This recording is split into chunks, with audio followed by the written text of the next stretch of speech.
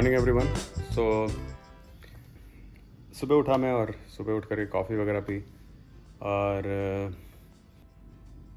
Breakfast वगैरह हो गया। ऑफिस का काम भी हो गया, जो बेसिक सुबह का जो भी पेंडिंग था, रात की जो ईमेल्स वगैरह थी वो सारी निपटा दी। अभी मैं कल आपसे बात कर रहा था कि मुझे एक गाड़ी लेनी है, मीन्स बाइक लेनी है, और अभी मैं सोच रहा हूँ कौन सी बाइक ली जाए। तो मैं आपको अपनी ज़रूरत बताता हूँ कि मैं कैसे बाइक ढूँढ रहा हूँ। मेरे पास ऑलरेडी एक रॉयल इनफील्ड क्लासिक 350 है, जो कि मैं बहुत कम चलाता हूँ। उसको चलाता हूँ सिर्फ ग्रेटर नोएडा में, अपने घर के आसपास, या नोएडा तक चले गए, मतलब नॉट मोर देन 50-60 किलोमीटर्स। उसमें प्रॉब्लम है कि वाइब्रेट बहुत करती है। जैसे आप उसको 80 से ऊपर लेके जाएंगे वो वाइब्रेट करती है। तो इन गाड़ियों को आप 80 से ऊपर नहीं चला सकते, और वो 10 साल पुरानी गाड़ी है। तो वो जो इंजन अभी नई क्लासिक आई है वो रिफाइंड है काफ़ी। लेकिन उसका भी एक लिमिटेशन है कि वो इससे इससे एक लिमिट से ज़्यादा उसको आप रेव नहीं कर सकते। तो मुझे एक ऐसी बाइक चाहिए जो मेरी करेंट नीड को फुलफ़िल करे। जो मेरी करेंट नीड है कि मैं कार से, जैसे मैंने बताया, मैं बाइक पे शिफ्ट हो रहा हूँ। तो बाइक से शिफ्ट होने का मतलब ये हुआ कि मैं बगैर ज़्यादा दिमाग पे ज़ोर डाले मैं आराम से 250 से 1000 किलोमीटर तक की डिस्टेंस कवर कर सकूँ। अब उसमें बहुत सारी रेंज है, अवेलेबल है, बहुत सारे ब्रांड अवेलेबल हैं। तो मतलब कोई लिमिट नहीं है, 30-35 लाख रुपए तक भी बाइक आती है, और 1.5 लाख रुपए जैसे हीरो एक्सपल्स है वो 1.5 लाख से स्टार्ट होती है। मुझे बाइक चाहिए जो कि एडवेंचर टूरर हो। ऐसी बाइक जो रोड पे भी चले, और थोड़ा सा ऑफ रोडिंग, जहाँ पर रोड ख़राब हो या जहाँ पर रोड ना हो बिल्कुल भी, वहाँ पर भी बड़े आराम से उसको राइड किया जा सके। अब एडवेंचर टूरर के साथ एक दूसरा प्रॉब्लम ये होता है कि थोड़ी उनकी हाइट ज़्यादा होती है। जैसे फॉर एग्जांपल जो सीट हाइट है, तो जो सीट हाइट करेंटली बाइक्स की है वो तकरीबन 800 से लेकर के 855 तक जाती है। इनकी जो रेंज है वो, जैसे हीरो एक्सपल्स है वो 1.5 लाख रुपए की है, और अगर मैं BMW 1250 GS की बात करूँ तो तकरीबन 24 लाख रुपए की। तो रेंज देखिए कितनी बड़ी है, 1.5 लाख से 24 लाख। सीट हाइट 800 से लेके 855 अब मेरी जो हाइट है, मैं 5 फुट 5.5 इंच का हूँ। तो इसमें होता ये है कि अगर मैं 5 5.5 का जो मेरी हाइट है, 5 फुट 5 इंच मान लेते हैं मोटा मोटा, तो आप जब इतनी ऊंची बाइक पे बैठते हैं तो आपको टिप टोइंग करनी होती है। मीन्स आपके जो पैर हैं वो प्रॉपरली फ्लैट नहीं होते, आपको मैनेज करना होता है। तो एक लिमिट तक की हाइट की बाइक को आप हैंडल कर पाएंगे कॉन्फिडेंटली। तो ये सारी लिमिटेशंस को देख के फिर आती है स्पीड की बात। तो मुझे एक ऐसी बाइक चाहिए जो मुझे बहुत तेज़ ना चले, लेकिन अगर मैं 100-120 तक उसको चलाऊं तो वो वाइब्रेट ना करे, बिल्कुल रिलैक्सिंग उसका थ्रोटल रिस्पॉन्स है। अब इन सारी चीज़ों को दिमाग में रखते हुए मैंने 3-4 बाइक सेलेक्ट की। तो मेरा प्लान ये था कि मैं बहुत महंगी बाइक नहीं लूँगा, क्योंकि मेरी पहली एडवेंचर टूरर होगी, और I wanted to fall below 4 lakh rupees including all accessories. तो मेरे पास 4-5 ऑप्शंस थे। जैसे सबसे पहला और सबसे कॉमन ऑप्शन जो है वो रॉयल इनफील्ड की हिमालयन है। जो दूसरा ऑप्शन है वो है हीरो एक्सपल्स, जो कि 1.5 लाख रुपए के आसपास आती है। तीसरा ऑप्शन आया जो यज़दी की नई गाड़ी आई है, उसका नाम है यज़दी एडवेंचर। और चौथी थी BMW की 310 GS। तो इन 4 बाइक्स में मैंने अपने आप को लिमिट रखा। अब इसमें सबसे पहले आती है कि बाइक की हैंडलिंग। तो जो एक्सपल्स है वो भी ऊंची है, यज़दी एडवेंचर है वो तकरीबन कुछ 815 की है। 300 GS जो है BMW की, वो आती है 830 हाइट पे, और 800 की हाइट है वो है हमारी हिमालयन की। तो मेरे हिसाब से I was very comfortable with Himalayan and Yezdi. फिर मैंने थोड़ा और सर्वे किया तो पता लगा जो BMW की 310 GS है उसमें एक शॉर्ट सीट का ऑप्शन आता है, जिससे उसकी सीट हाइट घट के 820 रह जाती है। तो मेरे पास अब 4 में से 3 ब्रांड रह गए, क्योंकि मैंने एक्सपल्स को बाहर किया। वो हार्ड कोर, उसको ऑफ रोडर बोल सकते हैं, क्योंकि रोड पे उसके पास ना तो पावर है ना ही स्टेमिना है उस बाइक में। तो वो मुझे समझ में भी नहीं, और काफ़ी मुझे लगा, काफ़ी मेरे हिसाब से मुझे थोड़ी सी ऊंची लगी, तो मैंने उसको बाहर किया। Not because of height, because of it being a very under powered vehicle. तो बची 3 हिमालयन, यज़दी एडवेंचर और BMW 310 GS। अब इन तीनों के बारे में डिटेल में आपको बताऊंगा थोड़ी देर में। तब तक मुझे कुछ काम निपटाना है, वो काम निपटाता हूँ, फिर बताता हूँ इन तीन में से मैंने कौन सी बाइक ली और क्यों। जैसा मैं दोपहर में आपसे अपने बाइक की चॉइसेस के बारे में बात कर रहा था और वो बात अधूरी रह गई थी क्योंकि मुझे कुछ काम ख़त्म करना था समय पर और मेरी कुछ कॉन कॉल्स वगैरह आ गई थी। तो मैं अपनी चॉइसेस जो थी वो उसको थोड़ा-सा रिड्यूस किया और 4 से मैं 3 पर आया। तो एक चॉइस बची रॉयल एनफ़ील्ड की हिमालयन और दूसरी हो गई यज़दी की एडवेंचर और तीसरी हो गई BMW की 310 GS। जो मेरी पहली चॉइस थी इस ग्रुप में वो थी रॉयल एनफ़ील्ड की हिमालयन। अगर अब हिमालयन एज़ अ बाइक उसको हम थोड़ा एनालाइज़ करें तो अगर मैं सर्विस नेटवर्क की बात करूँ तो इन सारी बाइक्स में सबसे अच्छा सर्विस नेटवर्क जो है वो हिमालयन का था और I think equally good service network XPulse का भी था, बट एक्सपल्स चूँकि अब मेरी फाइनल चॉइसेस का पार्ट नहीं है। तो हिमालयन इन 3 बाइक्स में से सबसे अच्छा उसका सर्विस नेटवर्क है और बाकी दोनों बाइक्स अभी-अभी इस्टैब्लिश हो रही हैं। तो BMW के तो बहुत कम सर्विस नेटवर्क हैं। जैसे for example Noida, greater Noida में तो BMW का शोरूम नहीं है और सर्विस नेटवर्क भी नहीं है। यज़दी का है। तो सर्विस नेटवर्क में रॉयल एनफ़ील्ड बाजी मार के ले जाती है। फिर आती है आपकी क्रूज़िंग स्पीड। अब क्रूज़िंग स्पीड देखेंगे तो जो रॉयल एनफ़ील्ड है इसकी जो टॉर्क है वो टॉप एंड में बहुत कम है। तो सारा का सारा टॉर्क जो है आपका वो लो रेव पे ख़त्म हो जाता है। तो हाईवे पे इससे नुकसान ये होता है कि आपकी जो क्रूज़िंग स्पीड है वो 80-90 तक तो कंफर्टेबली जाएगी बाइक आपकी। अगर आप इसके बियॉन्ड ले जाना चाहेंगे हिमालयन को तो वो वाइब्रेट करना शुरू कर देती है। जैसा कि बाकी रॉयल एनफ़ील्ड के साथ है, उनकी एक लिमिट है, उसके बाद अगर आप लेके जाएँगे तो वो एक प्रॉब्लम क्रिएट करती है। तो इसका मतलब ये हुआ कि क्या हिमालयन एक ख़राब बाइक है? नहीं, बिल्कुल नहीं है।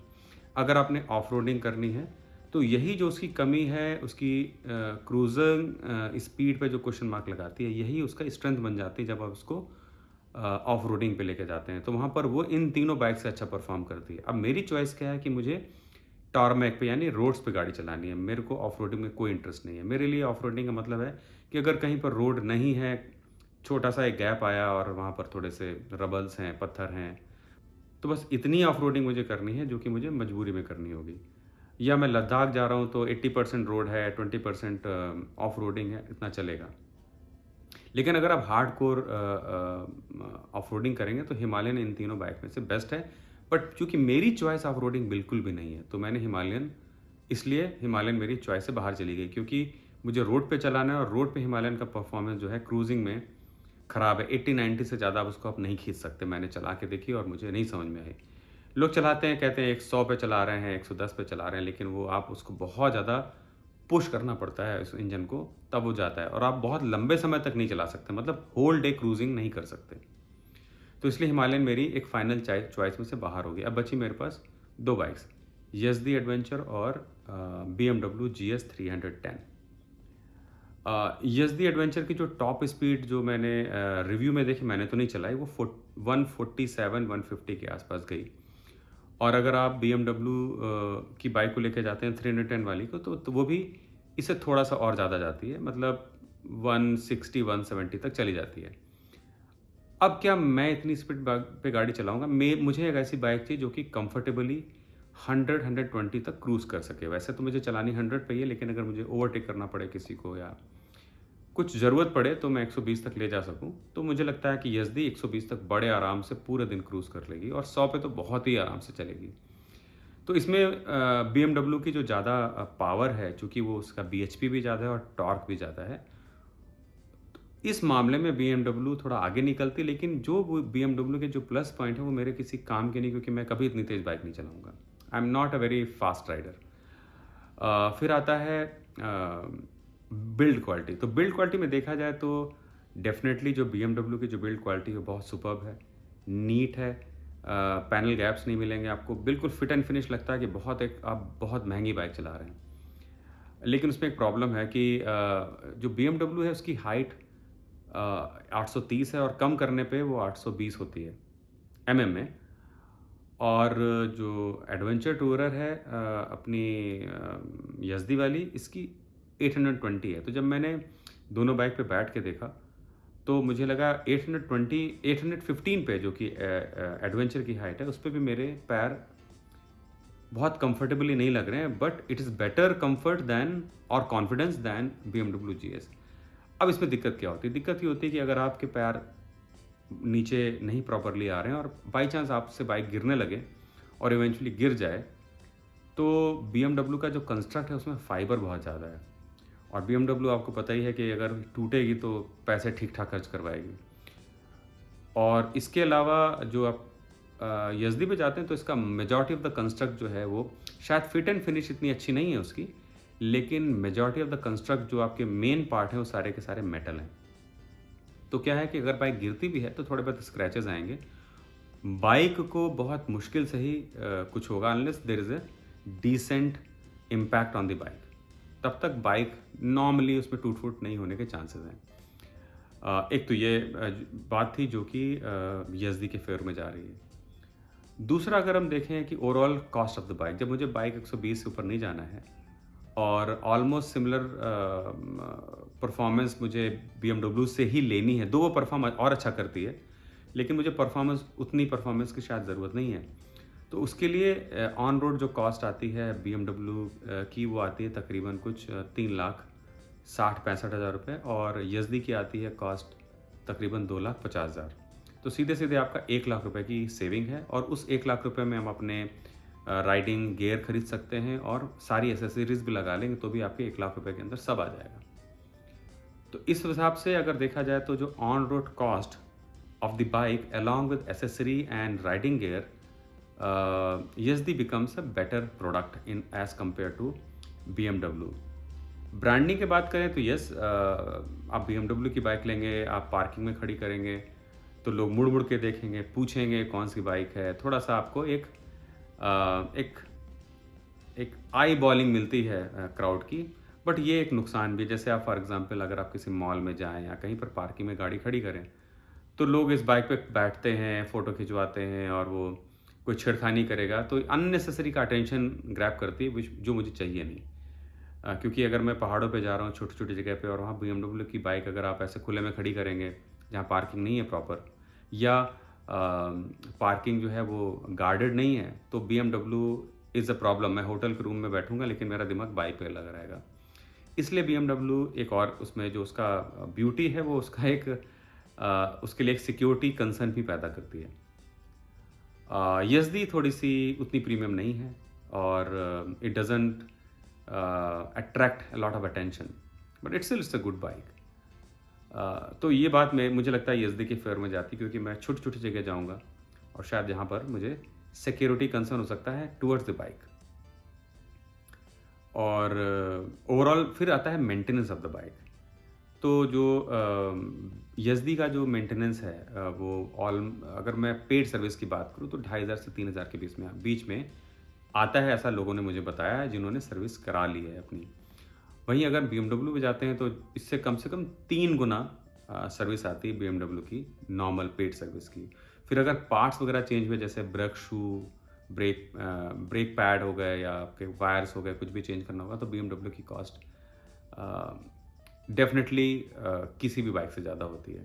तो आफ्टर परचेज़ जो एक regular maintenance of the bike है, वो भी BMW एक्सपेंसिव पड़ेगा। तो इन सब बातों को ध्यान में रखते हुए फिर फाइनली मैंने डिसाइड ये किया कि मैं यज़दी एडवेंचर ही खरीदूँगा, और मैं इवेंचुअली मैंने अब बाइक बुक कर दी है, जो मुझे 1 या 2 दिन में मिल जाएगी। तो नेक्स्ट वीडियो में आपको डेफ़िनेटली मैं दिखाऊँगा, जब भी मेरी बाइक की डिलीवरी होगी 1-2 दिन में, वो वीडियो मैं आपके साथ डेफ़िनेटली शेयर करूँगा। और उसके बाद फिर मैं बाइक के साथ एक अपना वीडियो बनाऊँगा, जो मैं आपको एक्सप्लेन करूँगा कि जो बातें मैंने बोली थी, वो बाइक के साथ अगर मैं आपको बताऊँगा तो आपको ज़्यादा अच्छा लगेगा। तो वीडियो काफ़ी लंबा हो गया, और मैं वीडियो अभी यहीं पर ख़त्म कर रहा हूँ। रात के तकरीबन इसमें 11 बज रहे हैं। आई एम वेरी टायर्ड, ये मेरा सोने का टाइम है। तो good night to all of you, and take the very best care of yourself and stay safe. Bye bye, take care.